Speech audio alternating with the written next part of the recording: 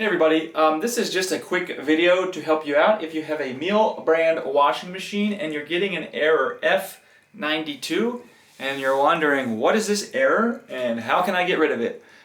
So let's get right into it. Luckily, there are some easier ones and some harder errors to deal with. This is one of the easier ones, so that's a good thing. We should be able to get it sorted out pretty quickly without needing a technician or anything like that. So the F92 comes up when the sensors in the machine sense that the machine is at risk of bacterial or fungal contamination inside it.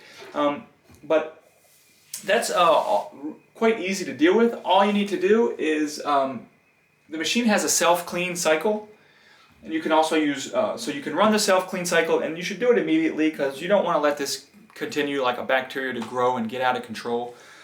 So the sooner you see this, you do it, the better off you'll be. Use bleach, run a self-clean cycle. You can even open it and clean things yourself using bleach on the inside and everything like that. Yeah, so the main thing to do with F92 is just to deal with it right away before any kind of bacteria or mold or anything like that can really build up in there.